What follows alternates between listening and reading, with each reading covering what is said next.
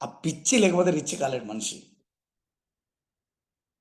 మనమేమనుకుంటామంటే, జూమ్‌కి రండి సార్, జూమ్‌కి రండి మేడం, జూమ్‌కి రండి మేడం అంటే, ఏడ సార్ అంత పొద్దుగాల కుదరదు మాకు. మేడం ఇయాల ఆదివారం మీటింగ్ ఉందంటే, మా వదినోళ్ళ ఇంటికి పోతున్నాము, దావత్ ఉంది రమ్మన్నారు అంటారు.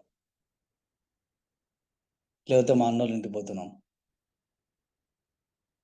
మీ కమిట్మెంట్స్ మీరెప్పుడైతే మిస్ అవుతారో, మీరు మిస్ చేసుకుంటారో, మీకొచ్చే రిజల్ట్ కూడా మిస్ అవుతది. యథా రాజ్యం తదా ప్రజ. రాజ్యంలోని రాజు ఏ విధంగా ఉంటే, రాజ్య ప్రజలు కూడా అదే విధంగా ఉంటారు. మీరున్న ఆలోచనను బట్టే మీ డౌన్‌లైన్ వ్యవహరిస్తాడు. ఇప్పుడు ఎగ్జాంపుల్ ఇప్పుడెవరో ఒక లీడర్ ఉన్నారు.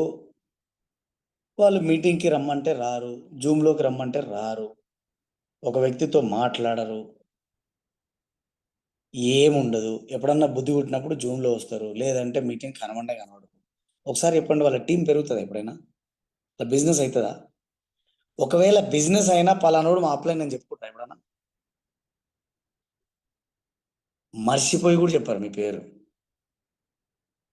అదే నువ్వు జూమ్‌లోకి రోజొచ్చి, జూమ్‌లో నువ్వు యాక్టివ్‌గా పార్టిసిపేట్ చేసి, ఏ మీటింగ్ ఉంటే ఆ మీటింగ్‌లో నువ్వు కూర్చో. ఎవ్వడు రాని రాకపోని, ఎవ్వడు రాని రాకపోని.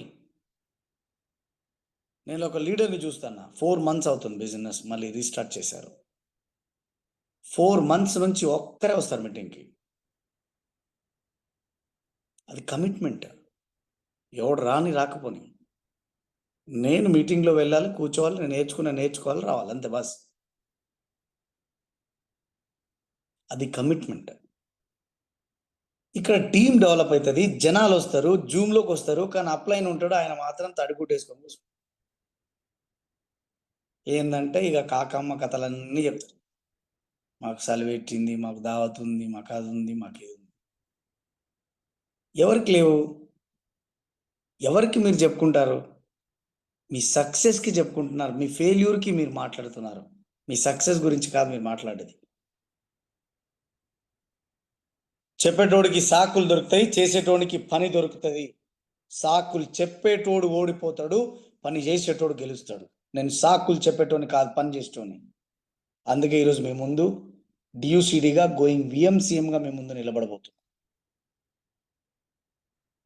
ఎందుకంటే నాకు పని ఉంది అంటే నాకు ఒక్కటే గుర్తు పని చేయడమే తెలుసు. సాకులు చెప్పడం నాకు తెలీదు. సార్ మరి ఏం చేయాలి సార్ సాకులు వదిలేయండి సాకులు చెప్పేటోళ్ళు ఏం చేసుకుంటాం నెత్తిన పెట్టుకొని తిరుగుతాం ఆయన్ని. తుమ్మితే ఊసిపోయే ముక్కు ఏ రోజైనా పోవాల్సిందే. నేనైతే ముందే తుమ్మేస్తా. ఎందుకంటే నాకు పని చేసే వ్యక్తి కావాలి. సాకులు చెప్పే వ్యక్తి వద్దు. సురేష్ గారికి, దేవ గారికి కూడా నేను అదే చెప్తా. నేను వాళ్ళకి పెద్దగా వాళ్ళ ఎమ్మట తిరగలేదు. వాళ్ళకి నేనేం టైం ఇవ్వట్లేను. మరి ఆపేస్తున్నారా వాళ్ళ బిజినెస్?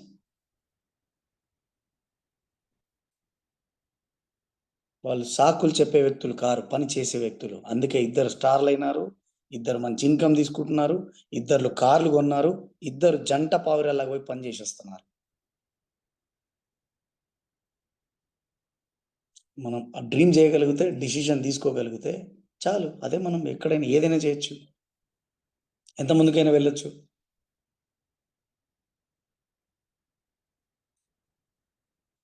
ఒక్కటే మీరు చేసే పనిని పెంచండి బస్ అంతే.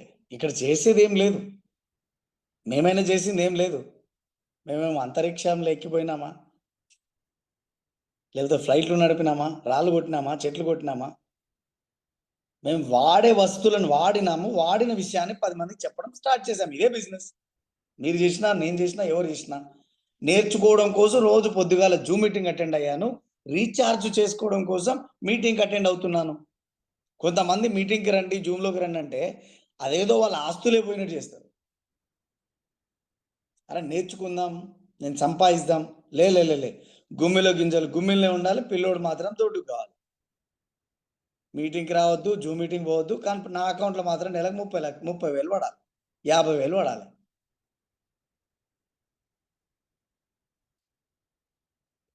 Learning is earning.